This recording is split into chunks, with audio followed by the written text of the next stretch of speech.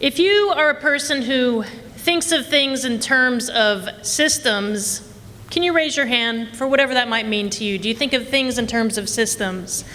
Alex does too. You're going to learn a lot from him.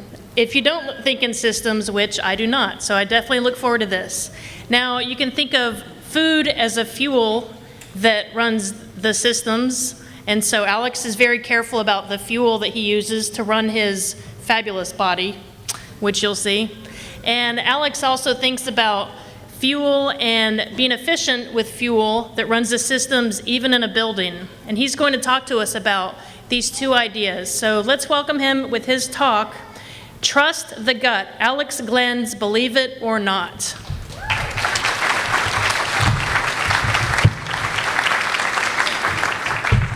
All right, I want to make sure everybody can hear me. What's up, SparkCon? What's up, Pachakacha Night? There we go. It's like the Muppets. The Muppets say, mana mana. You can say, Pachakacha. Okay.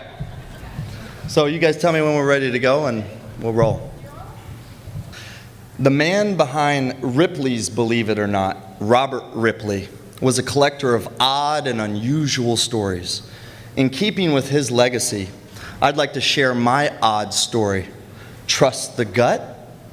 Welcome to AG's Believe It or Not. So, I work as a building scientist in my day job, in houses. And for 10 years, I've promoted this house as a system concept, which reveals that if one component of a house changes, it will affect the performance of the entire house. For example, air leakage affects comfort. In the past 3 years, I've grown increasingly interested in the human body and the many different systems inside the human body. Now, ladies, be honest with me here. Which part of the body are you focusing on right now? Yeah, I know. The butt. Well, how about now, ladies? Check out this big hunk of man meat. Sexy, right? Who wants fries with that? Well, as I've learned more about the body as a system, my attention has increasingly been drawn to the gut. And I think that the gut is an amazing piece of artwork. We're in the cam tonight. Inside the gut, there are over 100 million nerve cells. When the gut is all stretched out, it reaches over 30 feet in length. Now, ain't that some shit?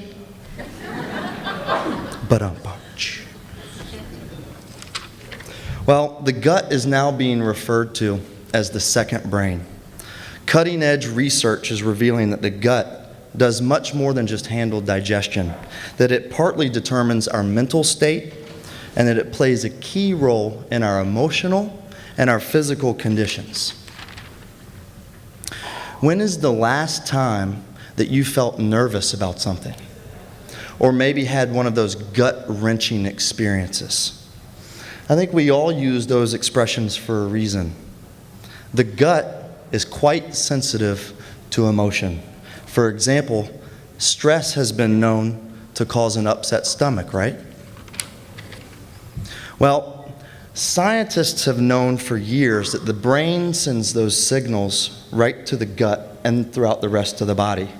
But new research is revealing that the connection actually works both ways, between the gut and back to the brain. An upset stomach or a troubled intestine can actually be the cause of anxiety, stress, depression, or possibly even more psychological disorders. So when we look at housing, which is what I do, and we think about uncomfortable rooms like air leakage and temperature problems, or maybe a disease like mold growth, building scientists take a comprehensive look at the entire house. We search for that root cause of the problem and not just try to solve the symptom. Here's one of those awful selfie bathroom pics. Maybe you've taken one of these. Go ahead, admit it. Well, for years I lived in pain, and you may not be able to see it, but I had that swollen belly, and I wanted out of pain. whatever it took. I wanted out of a swollen belly. So I bounced back and forth between doctors in search of a solution. And I was prescribed everything from pills to stop the pain and the gas, and recommended surgery to numb the pain and to solve the problem. And I felt like that patient on the stretcher in a silly game of Operation. I knew there had to be a better solution. So I was fed up with Western medicine solutions, and it seemed to be treating the symptoms. The voice in my head, or well, maybe it was the voice in my gut, said, "You better listen to your mama." Well, my mom's here tonight, and Mom, I finally listened to you. So my mom led me to a holistic practitioner, and that holistic practitioner helped me understand that I could avoid drugs and surgery if I carefully selected the food that I put into my body. I was told that I had a gluten problem. The light bulb finally went off in my head, and I said, "You know what? I'm not sick, I'm just a glutard." So I read an article also in the Harvard Business Review that said 45% of corporate executives rely on their gut instinct when they make major decisions and not facts and figures. And it revealed that just as often as their major decisions were successful, they also led to major failures. So I thought to myself, wow, success, failure. Well, what are these corporate executives eating? Do they have a balanced diet? If they improved their diet, could they make more successful decisions? And then I asked myself, should I heed the advice of that practitioner or of my mom? Well, you can probably guess by now, I took their advice. But that did not happen overnight.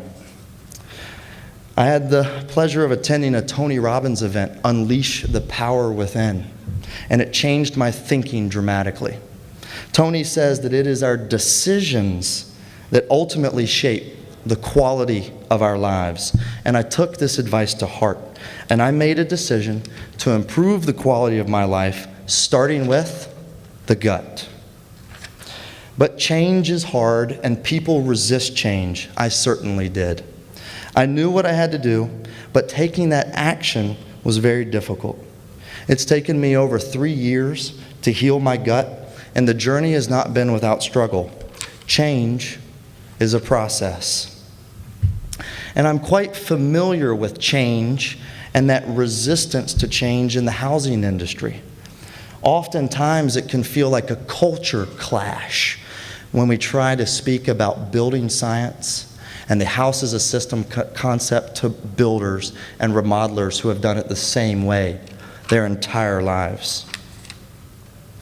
I truly believe now that if we trust the research of these brainiacs and these gut scientists, and if we feed our gut healthy, quality ingredients, we can improve our personal health, our personal efficiency, our personal performance, and in turn improve the quality and the impact of the work that we do every day. Ah, the Jedi Master himself. I listened to my mom, my practitioner, and to Tony, but he said it the best. Either do or do not. There is no try. Use the force to guide you. I believe that you can trust your gut, but only if you feed it wisely. Believe it or not.